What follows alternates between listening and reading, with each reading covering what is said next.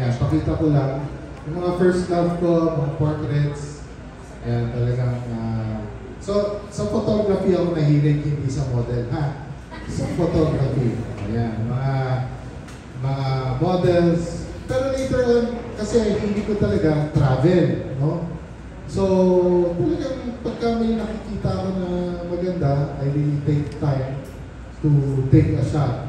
Ayan, father, daughter sa Palawan.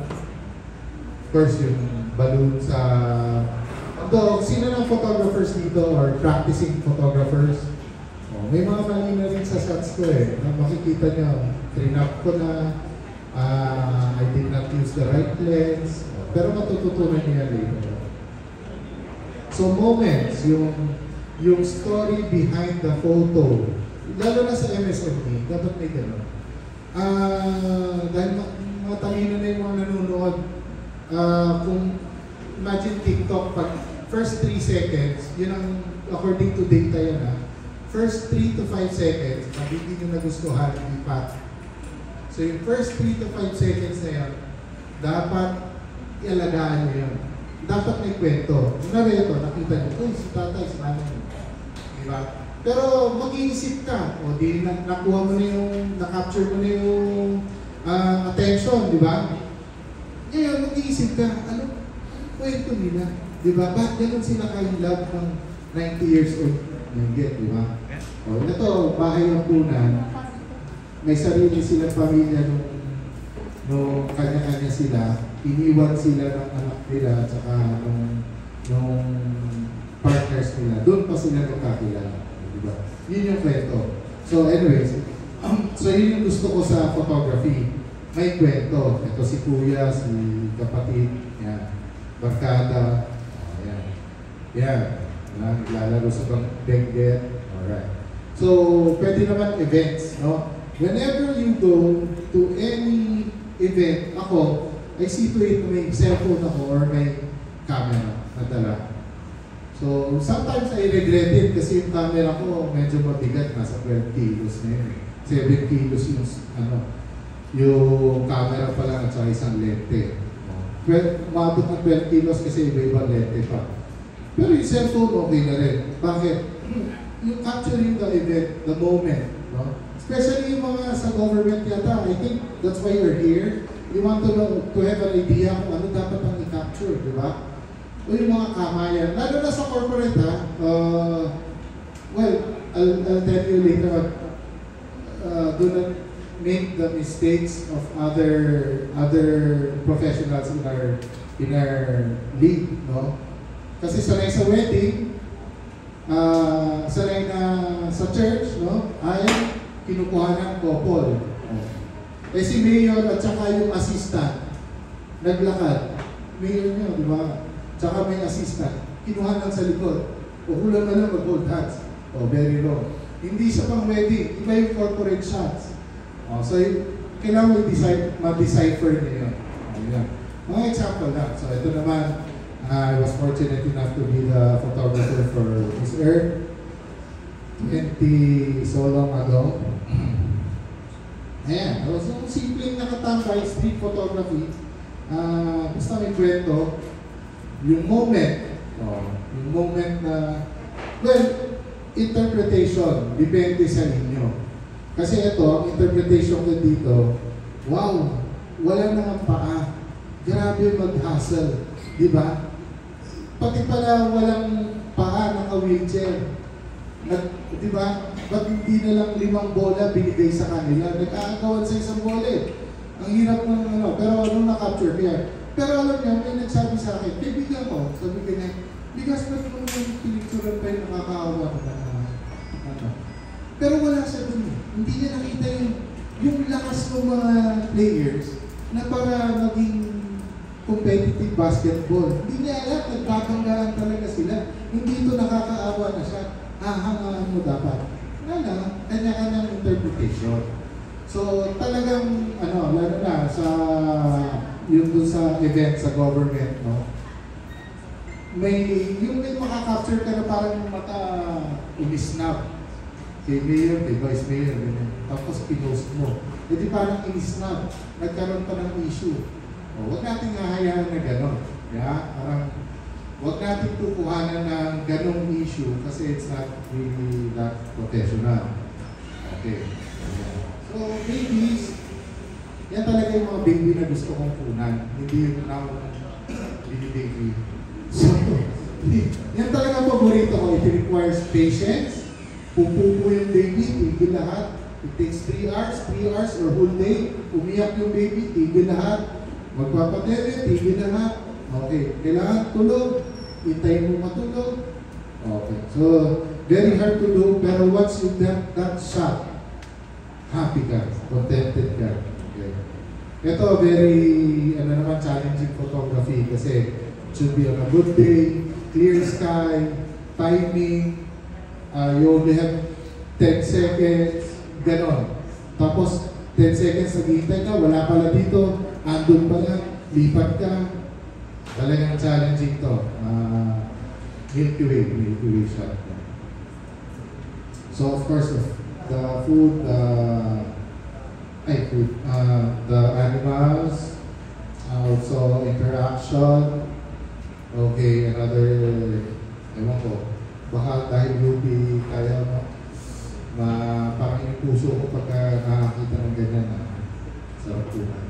Okay, ito naman, another baby shot. Yung parents, mahilig mag-travel. So, set-up shot naman to. Set-up shot.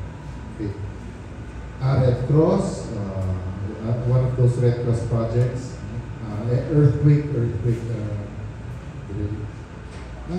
Babies, of course. Landscape, ako not so much kasi nga it requires so much effort.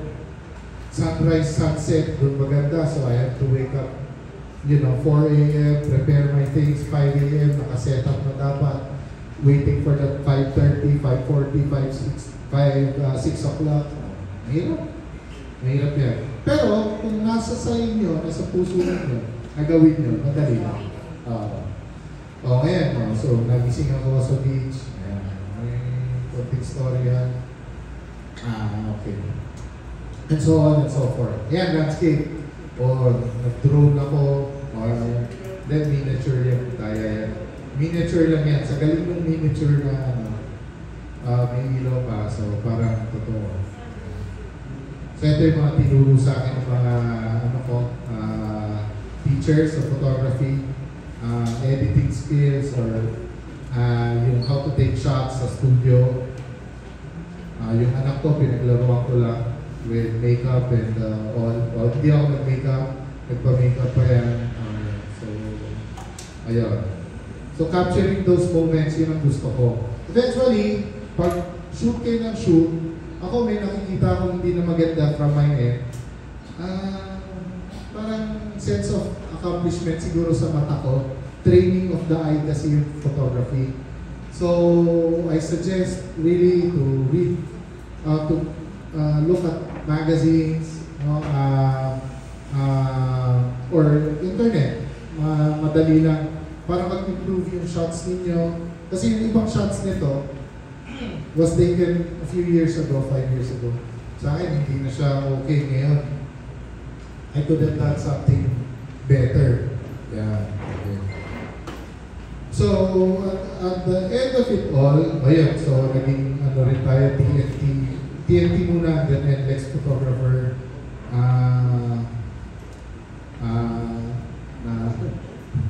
Nabubuot ko ako sa kabatchmate ko. Medyo niyayabang ako para maniwala sa akin. Ayaw mo maniwala eh. Okay, so ayun. So I got, ito yung sinasabi ko na medyo hindi ko na pinost. Gusto ko yung pagyabang si Lebron na nakasama ko sa Pilipinas, pero kasi laki ng ilong niya. Then pag pinost ko to, parang hindi tama. So hindi ko na siya pinost ko yung mga photos. But at the end of the day, I felt accomplished. So, yan, mga iba-ibang perspective. So yung event, no, may banda o may so nandun kayo lahat sa gitna. Paulit-ulit. Mag-boarding kayo, punta kayo sa gilid. With the proper lens, naabot ko yung ganyang shot. Okay. So, yung hirap nung tirik ang araw, overexposed yung likod, tapos yung subject mo, kailangan maganda, yun. Challenge. Okay. Menu, yung may MSAT na food. So, it doesn't have to be, ito, so, tuwa na kami niyan. Tayo, ano nito, si Jonathan kumuha, no? Yung, yung ano, no? Yung menu na for SM, ganda-ganda lang kami dyan. Lagi yung ganda naman, di ba? Photography, ganda-ganda. Pero ngayon parang daming itim. No? Parang sunog. Ano. Kasi, tinatry namin yung actual. Ang hirap kasi ng state. Ang hirap i-kunan. At saka walang budget yung nag-hire sa amin. So, ang dapat na ginawa dito, you hired a stylist, a food stylist, 40,000 lang naman. I don't know. Parang gano'n, no? Pero dapat isama nila sa budget wala silang stylist. Di kami ang nagluto. Tapos yung pagkain, hindi naman kailangan edible. No? It can be a bit rare. And then you put some oil para kumikinang. Yun na lang pala yun. Yun one of those techniques na we didn't know many years back. So di ba, gano'n. Tapos, ang ginawa namin, sige, milkshake na tayo. Gawin na lahat, sir. Sige, gawin nyo na lahat. 10 yun. By the time we got to 8, 9, 10, tunaw na yung milkshake. At ininom na lang namin. Tapos, ang pangit yung pagkakahalo, sabi na. Paulit mo ng tatlong lusot, di ba? Pero, hindi ba na gano'n, di ba? We take one milkshake at a time. Natutunaw yun So, yun yung mga learnings namin. Yan. So, ito naman, inanimate object. Hindi mo naman mapapost, di ba? So, yung challenge doon, kung anong angle ang kukunan mo. So, we were hired then, chismis ko, si Chavit Sigson, bumili ng dalawa, tatlo. Isa lang pala. Mahina. 4 million lang yung isa. Sabi nga, gusto ko ito. No? Yun nga, si Chavit. Yun na. Alright, so, okay, so capturing moments again, landscape, miniature lang po. Okay. This is Gwen Garcia. I don't know if you know her. Tingnan na naman yung mga, hindi niya kailangan. Yan totoo. Hello, Garcia. Talaga?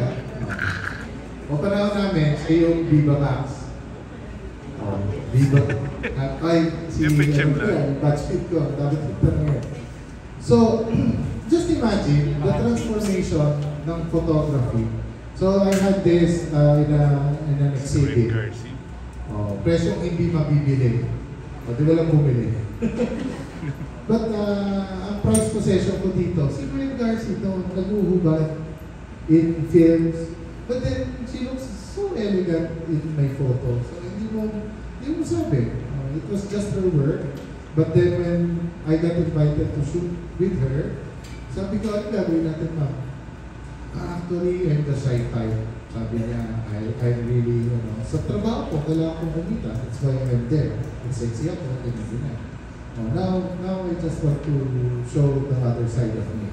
Elegant, sophisticated. I hope I captured the right concept. Did I? Pwede na. Of course. Si Ito Candela, kabili for a commercial. Yung beer niya. So, okay. Anyway, yan, mga commercial shoots na to, yung pinapakita ko pala. Doon tayo kikita. Calendar, ayan. Pero syempre, I hope you trust us as professional photographers for projects. Iba pa rin yung nandun, kuha ng professional. Okay. So ito naman I entered this into English, competition. Tuwa naman sila kasi siyempre hindi nila akalain na may mga taong nagpa-flagellate. Siyempre, the white people there is not exposed to our traditions. So, yan. Tuwa sila dyan. Ay, tuwang-tuwang makita. Tuwang-tuwang makita. Amazed. Amazed sila. So, yun. Right after the storm, okay, so many things. No? Statement photos. Yan. Sabi, paano na kaya ang aming kinabukasan? May nakita akong parang lutang. Nandun, opo. Parang says something, di ba? Sa photo. Otherwise, mga events, yan. Mga anak ko na naman, prepare ko. Okay. So, at the end of this presentation, I hope nakita niyo yung beauty in photography, ma-inspire kayo in a way na, produkto ko, kaya ko palang pagandahin pa. Di ba? Even kahit sa social media. Or yung trabaho ko, picturean ko, practice kaya ko palang papugiin to, pagandahin. Di ba? Well, please remember, we're not magicians, we're photographers. Okay, yung mga nag-photography na dyan, patawarin mo naman. Yung medyo kasing laki ko, huwag nang pangarap maging kasing macho ni Piolo. You know? Pero, one thing that I can assure you, basta happy ka, you smile in front of the camera, iba. Promise. You'll capture the best in you. Pero pag umpisa pa lang, pangit ko, ba't pa akong pipicture? O, tapos picture ang tao, pangit ka. Yun lang ito. So, part ng way how the photographer communicates with the client or with anyone, it should be proper. It should be proper din. Oh, hindi yung kliyente mo, sabi ni Mayor, pangit-pangit ko ngayon. Ay, gano'n na nga, Mayor. Okay lang yan. Hindi, huwag ganun. Di ba? Huwag mo i-acknowledge yung kapangitan. Di ba? Pag kinasiyabi mo yung office mate mo, hindi ko Filipino. Hindi, man. Lipstick ka lang. Blush on ka lang. Tingnan natin. That's the proper way of encouraging your subject. Okay? So again, every photo I create creates me. And I take photographs to create myself. Yung self-fulfillment nga. If it's products, always everyday products, walang problema yan. Kasi it completes you. Pagka nakabenta ka online dahil dun sa picture na yun, ganting, di ba? Kaya kami persistent, lalo na sa food photography. Kasi yung iba, ang sasabihin nila, ay, silog to. Hindi na ako gagastos para sa professional photographer. Kinunan yung tapsilog. Hindi nyo mabenta ng more than 50 pesos. Bakit? Hindi mo 100 pesos eh. Dapat yung tapsilog mo, 100 para bilhin. Diba? Kung 100 yung presyo mo. Ngayon, kung 100 yung presyo mo, tapos mukhang 50 pesos yung tosilog, yung tapsilog mo, kahit ikaw nakakain, diba? Parang, dyan kaya ako. So, lang, hanap akong iba. Wala eh. Hindi enticing. So, ayun, that's my first part.